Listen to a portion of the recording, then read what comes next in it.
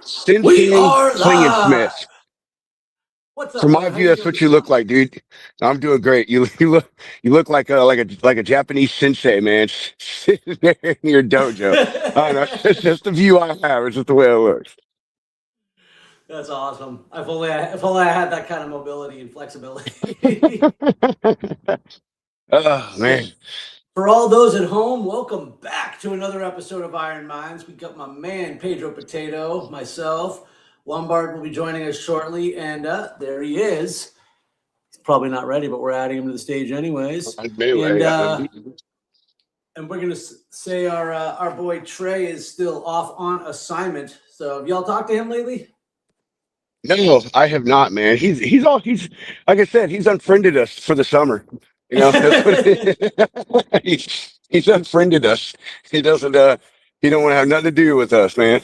No, I don't talk to him. He's I get it. He's busy though, man. I mean, Trey, even though he's busy, he's like the rest of the world today and still posting things online. So, seeing he's doing some stuff with his kid. I think his kid leaves this week, actually. If I'm not mistaken, for college. So, Yeah. I saw he went to a convention or something last week. So ain't talked to him, but I've stalked him online. Well, you know what? He's an active guy to begin with. So, and the fact that he might be a little busier right now. And even though we want to give him crap for not being here, I do have to respect the fact that, he always makes it family is the priority for him. And Yeah. any chance he gets to prove that to be true, he still does. So, his kid's going to school or going off to school, whatever. And he's like, no, I want to spend this time with them. So, and let's see, am I adding Lombard this time? No, he's just in audio only. He has to turn on his camera. No, Yeah. he's there. What's up, dude? Welcome to the show. I'm getting set up. Cool. Well, we'll keep you yapping. So, Pedro's currently walking through the Welcome to the outback. school. Yeah. Well, no, I've made it. I have made it out of the Texas outback, and now we have made it to concrete civilization. Oh, that is good. Well, we were talking. It's like monsoon season down here. This morning wasn't so bad. I don't know. Again, I haven't watched the news in like 8 or 9 years. So, it's actually funny when Lisa and I were living in Dunedin in 2020. It was really 2020 when I was like, yeah, I'm not going to watch any sort of news channel anymore or media or other people's opinions or whatever. There was actually a hurricane and we didn't know about it. Like we woke up in the morning and there was crap all over the place. And we're just like, there was a hurricane last night. What do you know? Didn't know. And hold on, I think I'm. Yeah, I don't really watch the news. I read the news. That way I can pick and choose what I want to read. So and check it every morning, every night, man. Just get the headlines, the updates, from a couple of different sources to see what's going on in the world. Weather I check pretty much every single morning when I log into my computer, man. Just as I'm booking freight and all that stuff, dude. You know what I mean? You got bad storms or like this situation, hurricanes, may not get something picked up or it needs to get picked up sooner, or maybe it's going to cost you more money because now it's a hazard. So, I try to stay up on that. Oh yeah, no, that makes good sense. Can't tell if Lombard's still getting set up, I think. What's up, killers? What's up, Oh my man? God, about time, finally. Yeah. Mr. Procrastination over here. Yo, you guys can hold on. You don't need to start the stream like right at 6. You have like a 15-minute buffer, right? It's 15 minutes. We were jamming, He said a man. 15-minute buffer. Yeah. Dude, we it were says so it. excited that it worked because I logged in. There was no go live button. There was no way to add our shit. It was going to be chaotic. So it was. We're just happy to have it working. Yeah, I wanted to get it set up and streamed out there, but I heard you guys talking about Trey. Got to hang out with Trey for a bit last week. He's still alive. Oh, nice. Where'd you see him at? He was at the Texas Trucking Association annual conference, and things are going great. I'll tell you. So a little bit of updates for anybody who's watching. Trey's does that barbershop like acapella stuff, and his this big group that he performs with, they won this like world championship like this like international championship that was in St. Louis. There's like 130 something guys. I have the link. I mean, I gotta send it to you guys. I have the link of the performance. It's like, it's pretty jaw dropping. What they do, especially, I mean, it's all a cappella and you wouldn't even know it by listening, but yeah. And there's 100 certain people on just in his group, like on his team. yeah, just in this St. Louis team like that. Yeah. They like the tournament itself was in St. Louis, and there's, multiple different groups and teams. It's, from different countries. Like it's an international thing. And yeah, there's, I think it was like 137 or what have you. I'm gonna have to send the link and do it, but it's good. But yeah, Trey, yeah, one of his kids going to college. He's getting dialed in. He's really doing a lot of stuff with Manifold. But he's still, what's crazy is, and this is what I kind of want to jump on and mention this, he takes his health data, and again, this, he's doing a lot of stuff with Claude to stay locked in on his health. He was saying, he's like, watch this. He's like, I have it tapped into my health data. And then he's like, hey, he'll ask Claude based off of his HRV and sleep score and everything going on, how much could and should he exercise today to stay healthy, and it dishes him out kind of what he should do. Interesting. A lot of people are using AI for health plans, training plans. I think it's a great place to start, but I think it's also wildly dangerous without some sort of verification. I'm curious because again, when it comes to using AI for that sort of stuff, for both Ironman Florida and Texas, that's kind of what I did for the training plan. I was like, I feed it what my current fitness level is, give it like my PRs. You can give it some heart rate stuff. You can give it a little, you can feed it as much data as you want. And it's like, okay, based off of this, what is the logical training plan for me to get this time? And it'll give you something really good. What AI doesn't give you, especially if you're somebody who's looking to advance or if you're really trying to lose weight, is accountability. And, the AI is not going to hold you accountable yet. It's not going to shoot you with a laser in the face yet. I will also argue it is too lazy and reactionary. So we put in what we know. And you are, but most people are not equipped to be the partner of the training plan. Most people are not equipped. So we put in information based on what we believe to be true. And then the AI reacts to that. And so a lot of times, like, let's say because I tried putting in training plans and stuff too, like, and then I would mention something. I'll be like, and I put a lot of constraints in. Hey, I'm starting here. I'm overcoming this injury. I'm doing this. We need to do this. And if I forgot to add something, or if it left something out, when I would go to respond and be like, I'll add something into it, it just gives me a completely different answer. It starts drifting immediately from that first premise. And so I don't think it's a dangerous thing to let be your one source of truth. Yeah, I like what you said about saying about how it you being the partner in it, because yeah, you're going to feed it what you know, but what most people don't know is their current potential versus where they could be.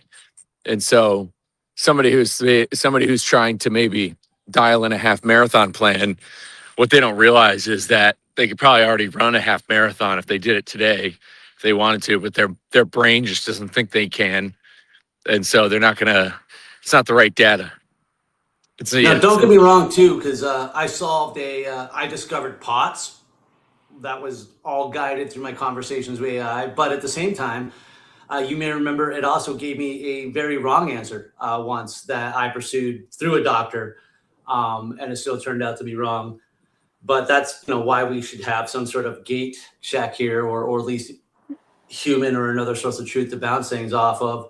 But I mean, it can still be powerful. And also, I was having those really terrible issues with sleep apnea. It helped me find a resolution to some of them. So there's definitely a lot of benefit to it. I just see so often how its default it's always looking for the easiest answer.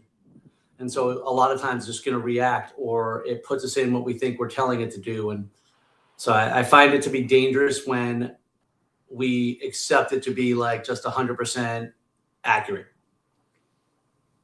So y'all Yeah. talking about this AI stuff, and I agree with both of y'all, but on not being the best partner for yourself. But as y'all sitting here talking about this AI, man, I keep getting this image in my head of here we are in 20 years, and you just pick up a device and you're like, Claude, work out for me. And you just stand there and hold your phone while you watch an avatar like work out for you. Dude, Oh I'd be man. happy if So you said, "Hey, Claude, show me how to do this workout," and that happened. Maybe that's yeah. not that far off the mark. Yeah. I don't know. I don't use the AI stuff for very much, man. Like very, very little. I mean, mainly when I use it, honestly, is research purposes for, a guest for the show or, something dumb. I don't know. I just still don't have that trust in AI yet to feed me correct information, that is unfallible and, I don't know. So, and especially with, you know, going back to what you said, like you're the one inputting the data, it's going to give you exactly pretty much what you're looking for based on how you put in what you're asking to get out of it. So, and you start doing this stuff, asking for health advice. I think Lombard kind of touched on something a little bit. It just didn't go far enough. Is you're only giving it the data that you have now. This doesn't know your whole medical history, your whole physical history and routines and things like that and stuff. So I think it is something to be a little safe with and not just completely depend on. Trey, in another, on the other hand, he's been doing this while he's pretty dialed in with his own health and fitness and all these things. So I think a little different story, but for the average person, I think with like a lot of things, the leaning on AI and usage of it too much, depending on it for giving you advice on your health and things could possibly be dangerous. I think it's a great step one if you don't have a step one. It's just when you want to go step two, step three, and I think we lost Pedro. I think that's when we need to start using some sort of, and I'm going to call it an accountability partner or just somebody else to bounce something off of, whether it be professional or hell, even one of us clowns, just something to say, hey, you sure about that? Yeah, I think it could be a great on ramp. It can give you information, but yeah, at a certain point, if something um, just like with using AI with your job, if you just fully rely on it and you don't, and there's no checks and balances, I mean, there's some grave errors you can have, like especially if you're doing some like accounting work or you're trying to streamline some sort of report you do. Um, I've caught Claude as I've tried to use it to organize like rosters and a couple of things I do for work. It's left some things out and it's left some data points, or it's added information that's not needed. And if you don't double check it, it could spit you the wrong thing. And kind of the same way, if you're Yeah. utilizing AI in that way, and that's your accountability partner. I mean, you get what you give. I mean, if you're talking to at a certain point, you're talking to fake intelligence, so you're going to get back some fake Fake results. intelligence. Yeah, you're going to get some fake intel and fake results. I hear people talking all the time about some of the crazy stuff they're doing with it, and then I get confused. I'm like, am I on a different universe over here? Because after I put 10 things in, that starts forgetting them, and I'm using that as an example. So a lot of things, it's like, oh, you create all this memory across projects and do all this, and then I don't know. You got to understand, I am just wicked anal. If I'm using AI for something, I do demand perfection, and I'll push back when I'm getting things that are just errant. But I mean, it leaves out key things, and I think one of the problems is that it knows how to tell us what we want to hear.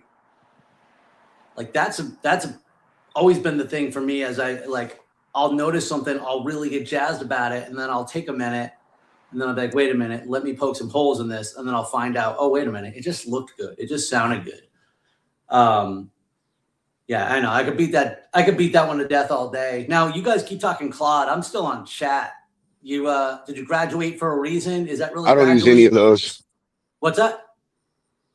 I said, y'all are all more advanced than me. I don't use any of those. What about you, Mike?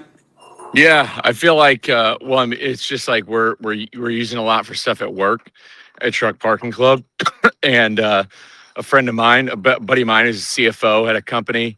He's kind of he's been evangelizing to Claude a lot and was telling me about it. He just believes that it's better than Yeah, he just thinks it's better than ChatGPT, but I mean, I think they're both probably, utilized in their own different ways. When it Yeah. comes to Claude's co-work, like from a coaching perspective, like thinking about kind of a lot of the stuff that you do, Nick, and it's actually given me a kind of a little bit more of that itch.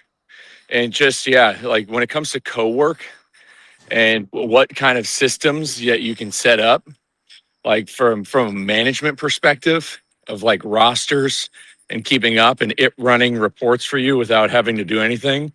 Like, you can kind of create your own executive assistant who can do some things for you, especially if you incorporate like, because you're able to add so many plugins. So if I want to, I can send out, mass texts or like mass messages easily without, and maybe ChatGPT can do this. I feel like Yeah. Claude's usability is a little bit better. Man, it is overwhelming, all the stuff that, and even hearing it, like I just started getting anxiety about all the things I need to learn. And yet, for my business, it is useful. I do a lot of research.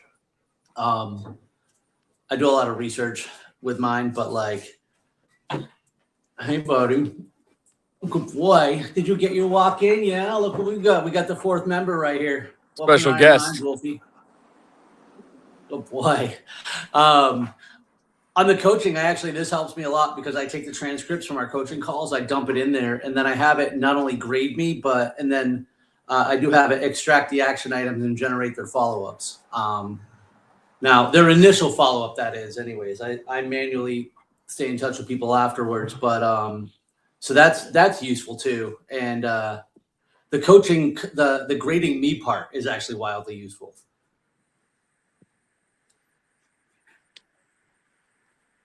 Yeah, like I said, it's got its pros and cons. It's good for most things.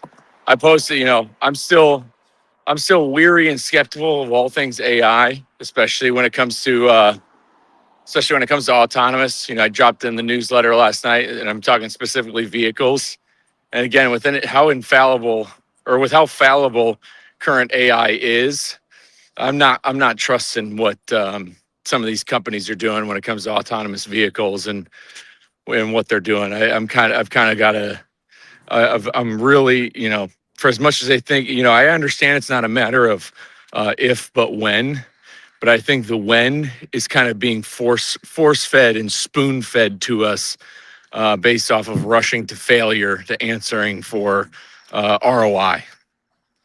Like That for makes sense. when it comes to this industry, like I posted a great tweet thread on this, and FreightWaves, yesterday had posted something about how Aurora had had a Q2 net loss of 270 million with only 2 million in revenue, and so obviously this is an unsustainable, current business model, and AI worshipers will be like, oh, you just gotta wait, just wait, and it's like I've met the guys from Torque at a lot of shows, and Torque has been at this since, they've been doing this for over 20 years. Torque is a DoD creation that's also, partnered with Daimler. And all Torque has now, after over 20 years of work, is a LiDAR system you can retrofit onto your truck, and it eliminates highway miles. That's it. And that's only in some circumstances. Once you're off the highway, anything like it's still game on. You need a driver. But these other companies are like, we're driver out, we're ASAP. They've already got trucks on the road. I believe that they are lying. I think that they are not telling the truth. I think they're using incognito pilot cars and camera systems and probably remote pilots in the Philippines, just like Waymo and all the autonomous car companies have been caught. They're doing that because they've been pumped full of VC money. And when you have net loss of 270 million, eventually that rent becomes due. And I think that there's definitely some sort of fraud or lying. And we've seen this with tech companies before, and very smart people run them. It doesn't mean, whatever their resume is, it doesn't necessarily mean what they're doing is with integrity. We see this with Theranos and Elizabeth Holmes, who had an incredible resume, very smart, some of the best people behind her. And Theranos ended up being a huge, huge scam. And she kept doubling down. And I think that might be going on right now. Interesting. That's Now, just me and my AI pedestal this morning since we're diving into it. since we're talking autonomous, and I'm just going to talk about cars over in general on this one, but autonomous vehicles. My wife and I were talking about this the other day. Unpopular opinion: I can't wait, because you know what? Autonomous vehicles aren't going to be selfish and entitled. My, Theoretically, they will be programmed to actually, like, drive the rules, use your blinker, not swerve 7 lanes in between traffic because you want to get ahead of somebody else. I'm assuming that maybe we'll program these things. I don't know. Maybe they'll all develop and become selfish, entitled pricks. They don't care if you live or die on the way to work either. But that's my take. Human beings are the problems on the road. if autonomous vehicles, if their purpose, like cars specifically, is to help the environment and be better for traffic, they wouldn't be building autonomous vehicle cars. They'd be building autonomous trolleys and streetcars, just like they had to do, where it would move groups of people, as opposed to, I just found this out the other day that, between San Antonio and Austin, every single day, over 130,000 people, are moving in that direction from San Antonio to Austin. They're going from San Antonio to Austin for whatever it be. 130,000 people do that. That's, you take It's a maybe a day. little bit of carbon, yeah, per day. And because it's the capital region, 2 big cities, 2 major metros. Austin metro is over 1 million. I think 1.5 million people live in San Antonio. So 130,000. And if you think about that, a lot of that's on an individual basis. So you have 130,000, you know, 3 refrigerator-sized machines moving in the same direction all the time, every single day. You want to talk about inefficiency to then make it be robot cars. If it was robot cars, that number would increase. More people would make that commute, and more people would do that. It would flood the roadways with more vehicles. And I mean, what makes sense? Do you think 10,000 people going the same direction in 10,000 different vehicles is better than 10,000 people in one vehicle going in the same direction? Like having 100,000 individual people going in the same direction, going to virtually roughly the same area in individual machines versus 1 to 2 of those machines via trolleys, trains, all that stuff. That sounds like streamlining inefficiencies. Well, you might have just saved a few 100,000 lives too, if it were like that in major, like, I'm not just from that one road, but I was just talking about the accidents and just the way that people drive. But I mean, that's you take a lot of that out of there by that. We talk about the here in Florida, the 275 I-4 corridor is one of the most dangerous intersections in the country, and yeah, if that were just a train, that problem gets eliminated. Dude, and if I'm a trucker, why wouldn't you want that? You don't want if you're an over the road guy, why wouldn't you want less cars on the road? Yeah, I drove over the road in 2020. You know how great it was? You know how many miles you can get? You would sail through DFW, sail through Indianapolis without a because everybody problem. was home. You wouldn't even think about it. You're route planning so much because everybody was home. But same thing, if majority of people were utilizing, trains or trolleys, you've got an entirely different landscape for drivers. You've got trucks moving faster. You've got less accidents. You've got billboard attorneys making less money. That's the thing. There's this cascading effect of benefits that I don't think people see, especially people in the industry. What you think, Pedro? What you got? Man, I think, dude, Iron Minds, we need to take this, we need to syndicate this show. Look, we're solving everything from your health problems to your daily commute here, ladies and gentlemen. So Well, yeah, solving the world's problems at 6 o'clock in the morning on a Tuesday. we're here to get. We're talking about movement, baby. We're talking about the movement of I people. But know. speaking I of which, know. it is a new month. It is a brand new month, and Well, tell you what, it's hot. my fitness is moderately progressing. You can see I'm getting around, doing some mobility. I'm not running yet. Probably get there soon. So I'm moving forward. I'm starting to look at what I get back on the calendar. Probably going to look to try to get a couple 10Ks in over the fall. I got to start thinking about a big event because that's just how my head works. And I'm probably thinking about a marathon, maybe the Clearwater Marathon end of January.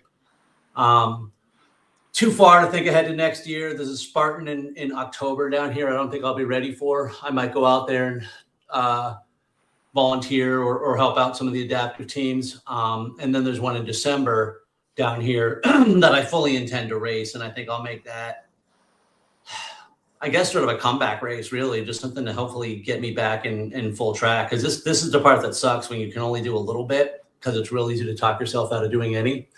But I just start, taking the motions, and I'm doing my normal routine here.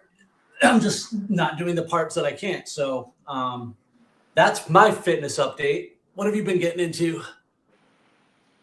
Yeah, I mean, what I've been doing, I've been talking to a lot of different people about on, kind of like what we were talking about with AR earlier, about on-ramping, about getting started. And, there's been, there's a lot of, there's a lot of talk about, there's a lot of talk about there about getting started and staying consistent, and it's that time of year where we're in the back end. I'm starting to see the videos that are like, hey, this is going to be, this is what it's going to look like in, X number, in like 100 something days. And it shows like a snowfall. And again, like, people seem to always post those videos, or they're like, oh, it's only a matter of time before Sundays sound like this. And then it shows like clips of the NFL. And those are these ever subtle reminders that, yes, the holidays will be here very soon. Thanksgiving. We're going to be in that era of the year, talking about navigating holidays and staying healthy. And it's like, I've been talking to people about building those habits there. And I say this over and over and over again, but the atomic habits, the power of one, of people starting. And this is something that I've been doing. This is something that I've been trying to do, is build new habits too, especially with going to the Orthodox Church. And so for people who are looking to get started, kind of like you said, you're kind of starting from zero. There's a lot of people starting from zero.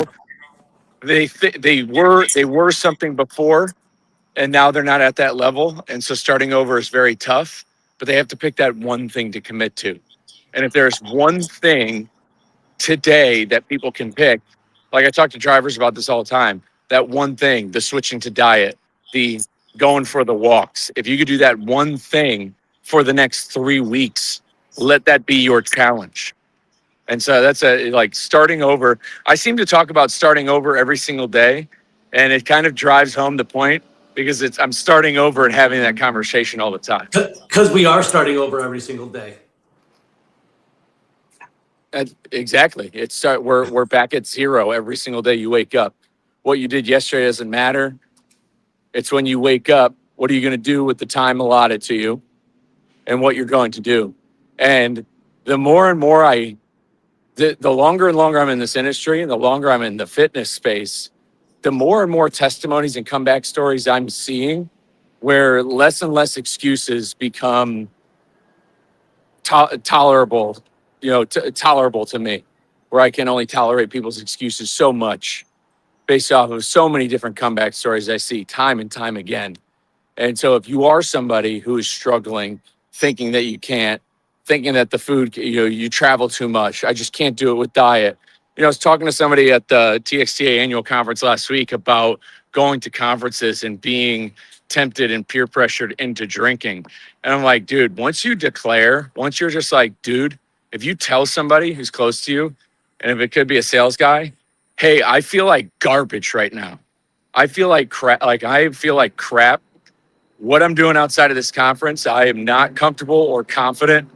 I'm sorry. I will go out with you, but I can't drink. Once you declare it, if somebody keeps pushing and pressing you, then they're taking your energy away, and it's not worth it. And if you got to be in that position to declare yourself, to be like, hey, you might lose business. You might lose something.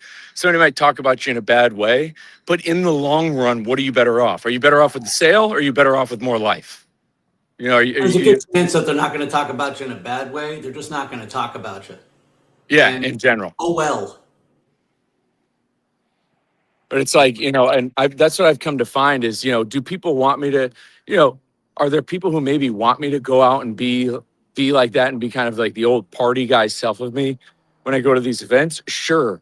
But if you go to some of these events, and that's why we always talk about throwing something on your calendar. If you've got a marathon or something on your calendar, something very hard, like a high rocks on your calendar, that becomes the talking point. And that's why I love high rocks too, because it's barrier to entry, because you can sign up at any time. And if you put a marathon or like a high rocks on your calendar, and then you're like, dude, I got this coming up, I'm really dialed in on it, that becomes the conversation piece, because the person you're talking to, they probably know somebody who's doing it, or they might want to do it themselves. And it's just, you have to flip the script into, yeah, man, I'm not drinking. And then they're like, why? And then you're like, well, and then you get caught up in this circle of them still trying to peer pressure you to, it becomes, well, I'm doing something. I'm working on this. And I'm doing high rocks double. So I'm partnered with somebody. So I can't let them down. You kind of got to flip the script in your way to where it favors you in a lot of ways. And I'm just spitballing here, giving people random tools for the I'll tell tools. you this too, because when I was drinking, if you were like, oh no, I don't drink, I wouldn't mess with you. But if you were drinking, I would mess with you to keep up with me. Like, oh, come on, drink faster, drink more. But I'll tell you, when I stopped drinking, I just assume everybody knows I'm an alcoholic, and I don't think twice about it. And nobody seems to give a two shits if I'm drinking. And most of them don't know that I'm an alcoholic. Most of them don't know. I think one of the reasons that it's so hard for people to feel like they have to participate is because they think they are the center of the universe and that everybody cares what they're doing. When in fact, most people are just caring about what they're doing. If you don't want to go to something, don't go. Like they're not going to be like, oh man, I can't believe Lombard's not here right now. We're not doing business with him. If anything, it might be like, hey, I wish Lombard was here. That dude's awesome. But chances are they're not talking about you at all. They're moving on and dealing with whatever else is right in front of them, having the good time. And for those who are going to overindulge, they're not going to know you weren't there in the first place. Yeah, 100%. But it is a new month. I know these next 2 months are probably full, especially in this industry, it's probably full of people who have got some travel coming up, whether it be truck shows, events. I think August, September, going in October is pretty hot and heavy for a decent amount of people. And we just talked about a whole bunch of tools. We've got Claude, we've got ChatGPT, we've got the Project 61 app. Again, I always fall in the first form app. There are so many tools now compared to the 1980s to quite literally optimize and become what you never thought you could be right in front of you. Most of them are free. Reaching out to people is free. Asking for help is free. All that stuff is free. You just got to want it. Dude, Ben Affleck, and we can leave it with this, but Ben Affleck had a great, I saw it on Twitter, and it's a little bit controversial, but he talked about like, and I don't want to take offense to you on it, but he talked about how, hitting rock bottom is what finally got him to like turn around on his like alcohol or whatever, than physically going to some high dollar rehab. Like he talked about how suffering in general is what got him to finally turn around, because he finally got sick and tired of suffering. And I know that takes away from other people's pain, but it's like at a certain point, if you feel as though you're suffering and you don't want to anymore, how much further down do you need to go before you turn it around? Like what will it take? He's just basically talking about how suffering could be the point of turning around, as opposed to like paying for a $300 a month coach and doing this just because you throw money at a situation that's not going to work. Like if you're suffering, turn it the hell around. Amen. Pedro, got anything else, or you guys want to take us home? I don't, brother. I ain't got nothing, man. Wonderful show. So glad we were back. Hell yeah. Likewise. We are so back. Lombard, though, you want to take us home? Yeah, dude. Anybody out there tuning in, appreciate you guys. We'll be back next Tuesday, by the way, 6 a.m. Central Time. As always, iron sharpens iron, so that one man sharpen another. If you are looking to find a tribe, a community of people who want you to win in any sort of way, you can find all of us. We got a Slack group that we jive in. We're always talking movement. We're always talking freedom. We're always talking getting 1% better daily. With that, guys, we'll see you next week.